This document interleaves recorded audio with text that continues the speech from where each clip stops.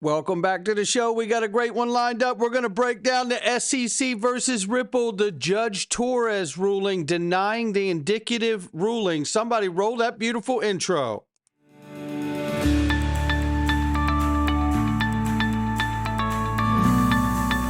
Digital Perspectives with Brad Kimes. Come on in.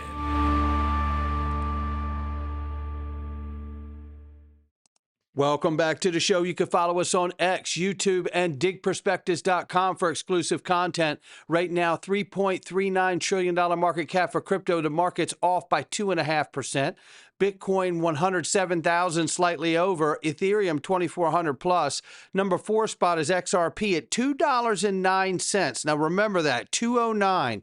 We're off 3.9 on the 24 and off exactly the same on the 7-day. Looking at the range of price, ranging between 209 and 218. You'll see why that's important here in a second. Right now, I want to tell you about iTrustCapital, ladies and gentlemen. Yes, where DAI and myself have teamed up with iTrust Capital to offer new clients an exclusive $100 funding bonus. And the thing I really want to talk about today is the Premium Custody Account, the PCA platform, which is right here. You click this button, and all you have to do is go to iTrustCapital.com/XRPArmy, iTrustCapital.com/XRPArmy, and you'll be excited as I am because, listen, I'm looking at the PCA account here as a long-term hold for me, almost like my institutional grade cold storage here. One, I've been with iTrust Capital going on 6 years now, I believe it is, or it might even be 6 years. But nonetheless, I have been super happy with everything about iTrust Capital. And this new PCA account gives me the comfort to know that this is a closed loop system. What do I mean by that? What I mean by that is I can put my crypto in the account, and then once it's in the account, it's safe. And if you come out, you have to come out in cash. Now, this is a great account for people who are doing long-term holds, and you want to know that when you lay down at night, you're getting the best sleep you can get. And I'm telling you, with a closed-loop system, it's exactly how it's going to feel, because you know that they can't come in and scam you from your side or anyone else's side and move your crypto out of the account, because it has to go to cash. And guess where the cash goes when you sell it out of the account? To your checking account. It can't go to someone else's. So this is why, if you're looking for that comfort like this and you're not somebody who needs that agility to move in and out of tokens, the PCA account is going to be something that is going to bring you so much happiness, you're not even going to believe it. Go to iTrustCapital.com/XRPArmy and get started, and use the code at the bottom, XRP6. Now let's take a look at this and start breaking it down. By the way, we are very lucky here. We are going to have James Metalawman Murphy on here later today to get his viewpoints on the recent ruling from Judge Torres. But here we see Judge Torres did rule for the SEC and Ripple motion denied. She denied them the joint motion for an indicative ruling. Now let's start to peel this back. So Judge Torres's message in the ruling is that private deals don't erase public judgments, and her judgment still serves the public interest. So in other words, you can't get in the back room and start negotiating away an actual legal ruling that's been made. The parties do not have the authority to agree not to be bound by the court's final judgment. They have not come close to doing so here. If they want out, she said, they can withdraw their appeals and let the judgment stand, or go through the appeal process to challenge it. So that's where that is. The judge has spoken. Metalawman says here, Judge Torres' decision not to vacate her prior ruling in the Ripple case is not a surprise. I expect the SEC and Ripple will nevertheless settle and dismiss their respective appeals. And here is where he highlighted this back in March. He said, I have a theory about the SEC's explained delay in dismissing the Ripple case. It might not be the SEC. It could be that Ripple is negotiating hard to get the SEC to agree to vacate some or all of Judge Torres' decision. And then he goes on to note here, it is far from a sure thing that a federal judge would agree to vacate a prior ruling as a part of a settlement. This was fairly commonplace several years ago when I started in law business, but judges start balking at this in more recent times. So he called this back in March. And that's why we're going to be sitting down with him today. Again, this is really remarkable to me. The SEC and Ripple did not need permission from any court to dismiss their appeals. He says, my guess is we will see dismissals on both appeals soon because the lawyers for both sides had to have anticipated this outcome that Judge Torres would not vacate her prior ruling. Then we go to Stuart Alderoty's comments, which are very cryptic here. With this, the ball is back in our court, says Stuart Alderoty. He says the court gave us two options: dismiss our appeal challenging the finding on historic institutional sales.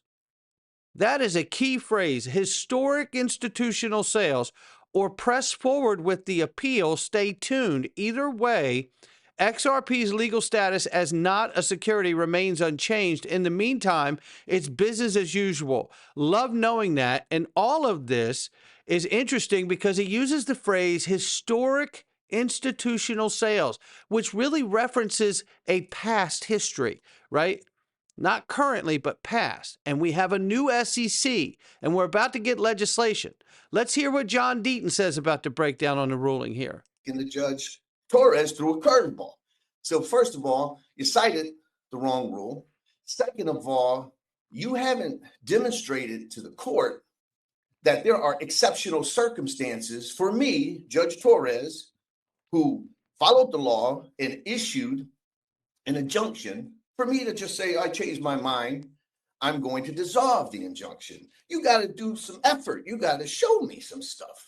Right? You got to meet this high standard. It's actually a high standard of exceptional circumstances. And so she said, come back to me. So I thought, well, shit, right? She's pissed off. For one, look at all the time that she spent on this case, 4.5 years, the amount of hours and resources and money, effort that was expended on this case. And all of a sudden the SEC says, psych, we changed our mind, Judge. We wanted $1.3 billion in a fine, and now we want you to take your $125 million fine and reduce it by 60%.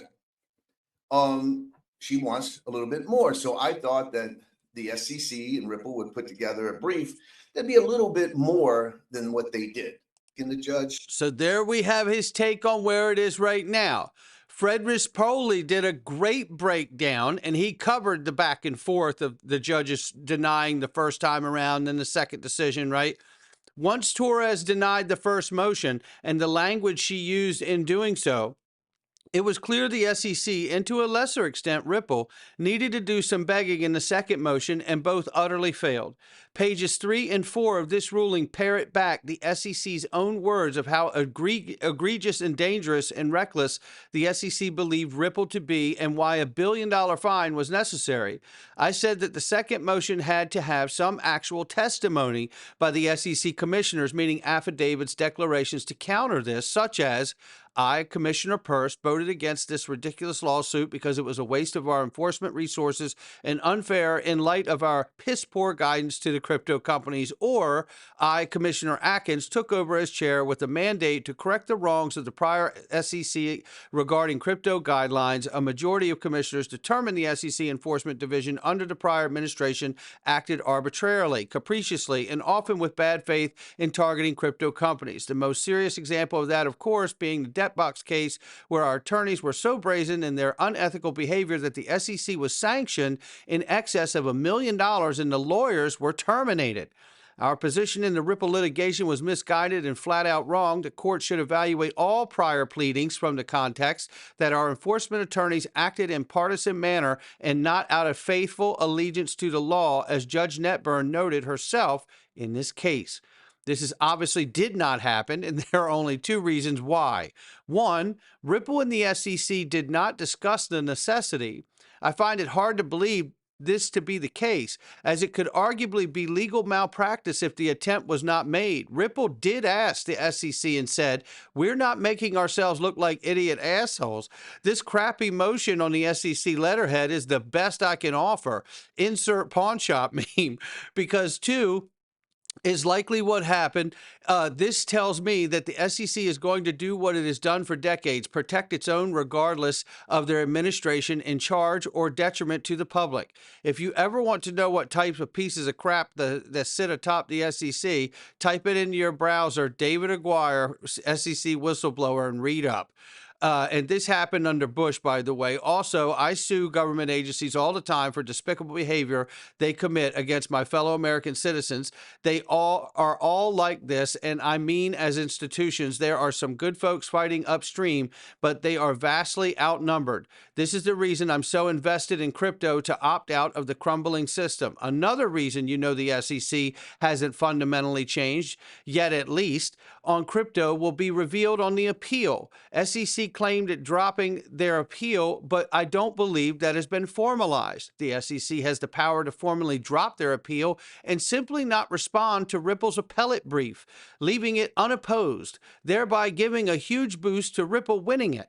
I put that happening at 0%. It says the parties that will drop their appeals settle at $50 million and move on with the injunction in place.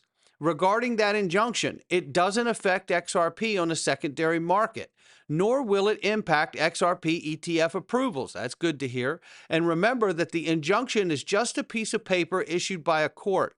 Although technically Torres has the ability to haul Ripple and the SEC back into her court and say, I see Ripple is selling to institutions. Tell me why that is not violating my injunction. The odds of this are extremely low. In other words, the injunction only substantively matters if the SEC wants it to matter, meaning the SEC files a motion to enforce the injunction because it believes Ripple is violating it. Torres, in her ruling, acknowledged this general principle on page 5.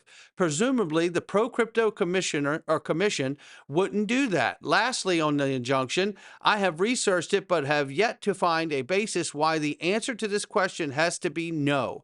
Doesn't the SEC have the authority to grant Ripple the exemptions and waivers required to remove any restrictions necessitated by the injunction, such as time restriction on IPO?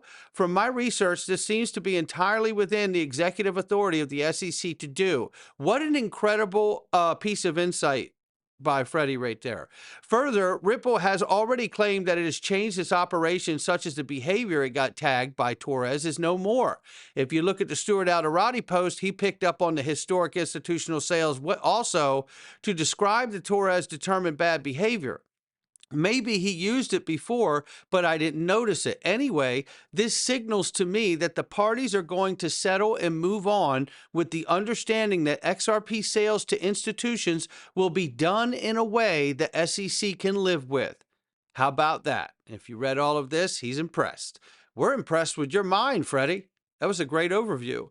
He goes on further to say in a post when asked about, basically when is this saga going to be over?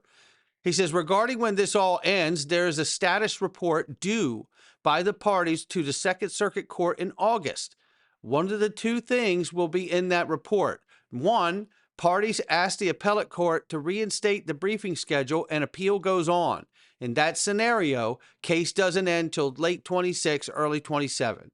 Number two, parties tell the appellate court they settled the case and seek dismissal of the appeals. Rulings made by Torres remain in effect. Case over. I think we see number two happen and get the announcement by the end of July or early August of this year. That's where he's at on the matter. Let's keep going. Ashley Prosper said this, and I think this is another fantastic point of view and observation. Judge Torres basically said to the SEC, you wanted it, you got it. Now deal with it. While also saying to Ripple, if you want the case to end, then end it. The only thing stopping you is you. She's one tough cookie. Now, does Ripple pay the fine and live with the injunction, but get an exemption from the SEC for future sales? Hinting into the historic institutional sales phrase by Stuart Alderoty. Try a third bite at the apple or move forward with its cross appeal. And does the SEC move forward with its appeal or does it drop its case? I expect both parties will end their cross appeals, considering both were willing to do so anyway. Plus, the fine is inconsequential to Ripple and the injunction, because it was not narrowly defined, could actually work in a positive. Think about it. An injunction, while often seen as punitive, can paradoxically become a badge of trust when viewed through a systemic compliance-focused lens. Ripple can't just wing it or pivot recklessly anymore. Every action has to pass through court scrutiny, or they risk contempt. Ripple can even market it. We are the only crypto company operating under federal compliance mandate. You'll never have to worry about legal surprises. This is an excellent observation too. So this is going to be interesting to follow until we get into early August, if we haven't seen anything until then, to see exactly where this is going to go. This case may be very close to being over, finally. One thing I'll say is there's another quick take here about the silent supply squeeze nobody's talking about. Well, we've been talking about a supply shock around here. Because I believe with the corporates, the 8 corporates that have sucked up $1 billion worth of XRP, how many more times can that happen before all the loose liquidity is off of the exchanges? And currently, right now, as we understand this Ripple SEC case, that is exactly where everyone, including the institutions, got to go to get it. Now, they can go to the OTC side, but they still have to go to the exchanges and brokers to get it at this point. So the silent supply squeeze really references the introduction and the switchover to ISO 20022, basically saying here we have the denied decision by Torres, and the institutions still have to go through the exchanges or OTC desks, not Ripple directly, right? No more discounted deals, more market-driven buying. What about Ripple's escrow? Ripple still gets $1 billion a month, can sell it programmatically, slowly across exchanges, no bulk dumping, yes to visible, drip feed selling, supply remains, but it's less flexible, more transparent, right? It's almost as leaning into the same angle that Ashley Prosser was discussing, and then bringing in the ISO 20022, which is going live this summer in most cases, starting July. Fedwire, Swift go fully in ISO 20022. RippleNet is natively ISO compliant, as we know, and working with them, and Stellar as well, and I believe EOS now too. If XRP gets real institutional use from banks, fintechs, payment corridors, we'll need XRP liquidity. With Ripple limited on direct sales, they'll turn to the open market. That's where your true supply squeeze can emerge. And they're hinting to a Shane Ellis theory style bump because of the restriction of how everyone will have to get XRP from basically essentially the same places, which is the exchanges and OTC desks. Pretty interesting, right? And again, I asked the question here because I can't help but feel like, especially now with Ripple having the real USD, did Judge Torres just set up the United States government as the buyer of XRP escrow by denying Ripple the indicative ruling? Goodbye, XRP escrow. Hello, U.S. digital asset stockpile. Hasher Ventures says, wow, that's a leap. And you know what? He's right. It is. My cynical side grabbed that point of view. And I said, yes, possibly, but I also wouldn't be surprised if we all go, if we go all the way to the Supreme Court of the United States, SCOTUS, just like we could also see both sides drop their appeals and be done with it. The most important thing for me is XRP is not a security. Hasher says Supreme Court might make sense if they want to have ODL sales back on the product mix. Says, but the curious comment is that he got the historical sales phrase too. Yeah, a lot of people clung on to that historical sales phrase. It is interesting to have that phrase, right? Listen, I think this is an extreme situation, but at some point, I do believe that the United States Treasury is going to introduce U.S. digital asset bonds for XRP, Bitcoin, and other assets. And why wouldn't it be in their best interest to buy the XRP as it comes out of the escrow every month, catch it like a baby being born, and pay Ripple in US T-bills, and then that gives them the T-bills they need to mint real USD. Oh, yeah. And think about the money they make when they mint that real USD, because they were paid for those. You know what I mean? It wasn't like they bought the T-bills. They were given the T-bills for the exchange of the XRP. So now you start looking at the advantage that Ripple's got here, right? I'm just saying, at some point, Egg Rag Crypto says this: if XRP breaks 220 or get your ass back to 208, and we're at 209 this morning, but that's okay because he says that's to gain momentum for the full-blown breakout that's coming, because none of this has been affected by what we just found out yesterday. And that is the good news to take away from all of this. Not financial advice from me or anyone else. It's just my digital perspectives. I'm going into the freedom zone, ladies and gentlemen. I hope you will come with me. Let's get this thing set up here. All right, welcome back. Let me get this thing open here so we can start.